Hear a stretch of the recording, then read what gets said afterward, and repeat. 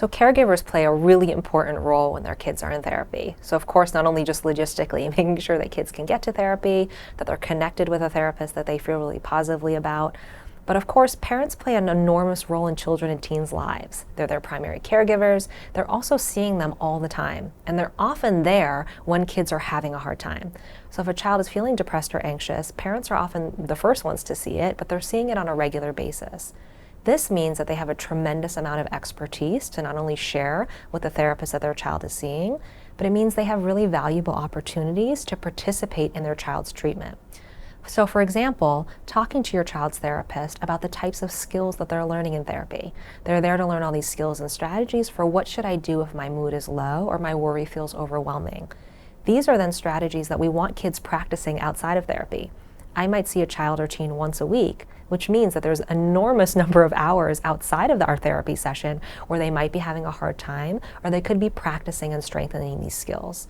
So parents have this valuable opportunity to say, hey, I notice you're having a hard time. Let's make sure you're practicing skills in between your weekly therapy sessions. Let's make sure that I'm supporting you when I understand what the strategy is. So if I notice that there's a chance where you might not be realizing, hey, I'm feeling kind of low or worried, and I could be using a strategy right now, maybe parents can come in and support you in practicing that. So parents play a really, really crucial role in supporting their children's gains, both in the therapy session and in between sessions.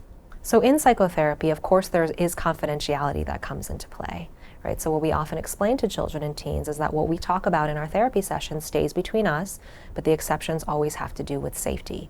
So if you told me, for example, that you were harming yourself, that someone was harming you, or that you wanted to harm someone else, we would absolutely want to make sure that caregivers were involved and maybe even some other important adults to make sure that everyone is safe. But the reason this is also important is because it provides this really safe and sacred space for children and teens sometimes to talk about things that feel too hard to talk about with anyone else. This can sometimes be difficult for parents of sort of, what's happening in the therapy session? How do I know how to be involved? I don't want to ask too many questions, but I'm not quite sure how to participate. So with younger children, I often will say to parents, it's helpful to meet every, say, few weeks, just to check in, see how things are going, get a parent's perspective on whether or not they think therapy has been effective, and of course to review any skills or tips that I'm teaching the child to make sure that parents can reinforce those outside of the therapy room. For teens, it's more of a collaborative discussion. What kind of makes sense for your teen? Of course, there's a difference between our younger teens, our 13 and 14-year-olds, and then those that are moving quickly towards young adulthood, our 17 and 18-year-olds. What role do you want your caregivers to play in your treatment, if any? What kind of levels of responsibility do you want to take for sort of, managing your appointments and kind of showing up and telling me what's going on? And are there ways that parents can be supportive to you that feels both affirming, but also respects your understandable need and growing independence as you're moving towards adulthood?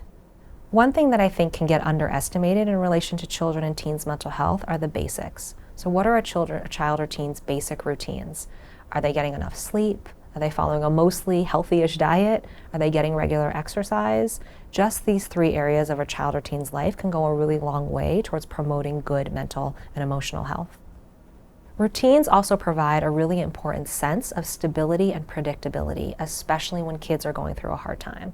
So thinking about the last few years where there's been so much upheaval during the global pandemic, having some sense of, okay, every day this is kind of the schedule I follow, or I've been trying to go to bed at these regular times, or every Friday I know that I get to do this fun thing with my friends or my family. That can feel enormously reassuring when we're overwhelmed by all of the uncertainty and unknowns about the future.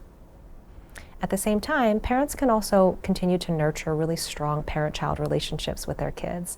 Especially for our teens, I often hear from parents, well, they kind of want to be more independent. They care much more what their friends think, than what I think at this point. And yes, that might be true, and that's very developmentally common. And primary caregivers still play an enormous role in children and teens' lives. So nurturing really strong, supportive, and healthy relationships with important adults can also be very supportive when kids and teens are having a hard time. Another thing that can be helpful is just normalizing conversations around mental health.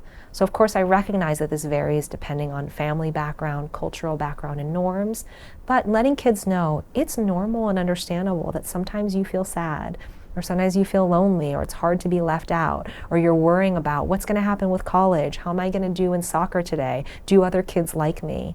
But even just opening up space at home to say, hey, I get it. These are things that happen. I felt this way too when I was a kid. That can go a long way towards helping kids normalize conversation around mental well-being and also open up opportunities to have those discussions with your kids.